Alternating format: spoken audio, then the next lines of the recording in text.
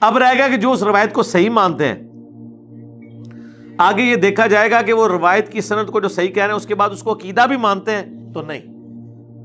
یہ میں پھکی دے رہا ہوں، یہ کہتے ہیں جی بغیر رفع الیدین والی حدیث البانی صاحب نے صحیح کی ہوئی ہے ابن مسعود والی. البانی نے کیا نماز کے طریقے کے اوپر جو کتاب لکھی ہے اس میں اس حدیث کو ڈالا ہے؟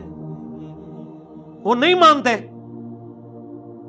ان کا موقف یہ ہے کہ ابن مسعود نے ایک آدھ مرتبہ نبی علیہ السلام سے جواز کی حد تک یہ چیز اگر دیکھ لی ہے، اگر اس روایت کو صحیح مان لیا جائے.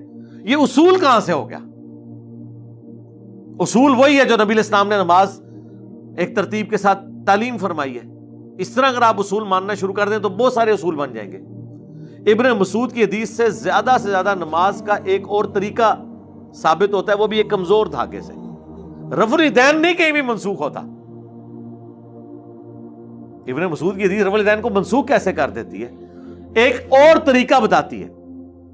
اس حدیث میں کہ لکھا ہے کہ نبی علیہ السلام نے رکوع میں جاتے وقت اور اٹھتے وقت رفع الیدین کرنے سے منع کیا. نہیں لکھا ہوا، صرف یہ لکھا ہے کہ ابن مسعود نے طریقہ بتایا نماز کا اور پہلی دفعہ رفع الیدین کیا. بس اینی جی حدیث ہے اور مک گئی نال حدیث تے پوری انفید کھلوتی ہی ہوتے.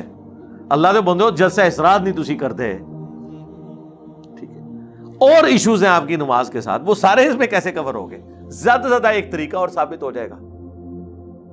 اور شاہ ولی اللہ دہلوی نے تو بڑی جرأت کیا، انہوں نے کہا کہ ابن مسعود نے ایک غلط اجتہاد کر لیا ہے اس روایت کی بنیاد کے اوپر.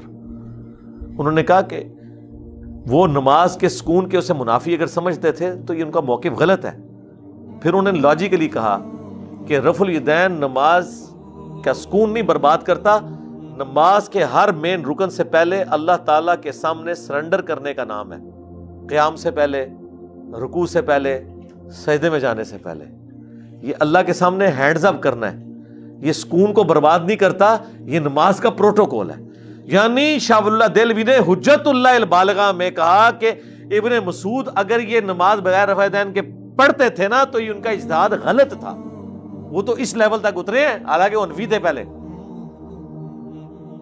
تو اندازہ کریں، وہ کہتے ہیں روایت صحیح بھی ہو نا تب بھی رزلٹ غلط نکالا ہے ابن مسعود نے. کہ کبھی انہوں نے اگر ایک دفعہ دیکھ لیا ہے کہ حضور نے جواز کے طور پہ کر دیا، بھائی جواز کے طور پہ کبھی کبھار میں پورا دروشی نہیں پڑھتا، آدھا دروشی پڑھ کے سلام پھیر دوں، تو آپ اس کو طریقہ بنا لیں گے؟ اس طرح تو نہیں ہوگا نا. عمومی عمل دیکھا جائے گا. دوسری طرف ان کا حال ہے، ہم ان کو کہتے ہیں کہ ابن عباس نے بلند آواز سے سورہ فاتحہ پڑھی ہے جنازے میں اور کہا یہ سنت ہے.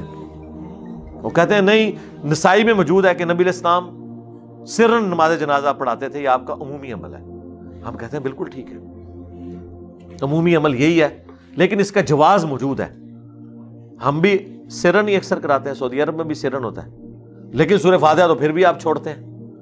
وہ کدھر ختم ہو گئی بیچ میں سے؟ وہ تو ہے، فاتحہ کے بغیر تو کوئی بھی نماز نہیں ہے. یہ تو بخاری مسلم کی حدیث ہے. تو اس طرح کی دو نمبریاں تو نہ کریں.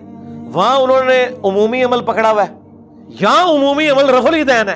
رفع الیدین کی ساری حدیثیں وہ صحابہ روایت کر رہے ہیں جو وفات سے 1 سال پہلے مسلمان ہوئے ہیں. یہاں آگے ان کو پسو پڑے ہوئے ہیں. تو کوئی ایک اصول تو کھڑا کریں. پھر دوسری بات، اگر یہ اصول کھڑا کر لیا تھا آپ نے کہ نماز کا سکون برباد کرتا ہے، تو عید کی نماز میں کیوں سکون اپنا برباد کرتے ہو؟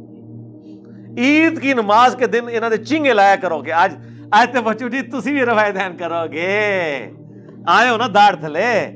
آج تو تسی بھی بت رکھ کے آؤ گے، آج تو تسی بھی مکھیاں مارو گے. وہ ساری گالیاں جو یہ آپ کو دیتے ہیں نا، عید سے 1 رات پہلے ان کو ایک ٹیکسٹ میسج کیا کریں کہ بچو جی صبح تسی بھی رفع الیدین کرو گے. کس منہ نال کرو گے؟ کس بوتھی نال کرو گے؟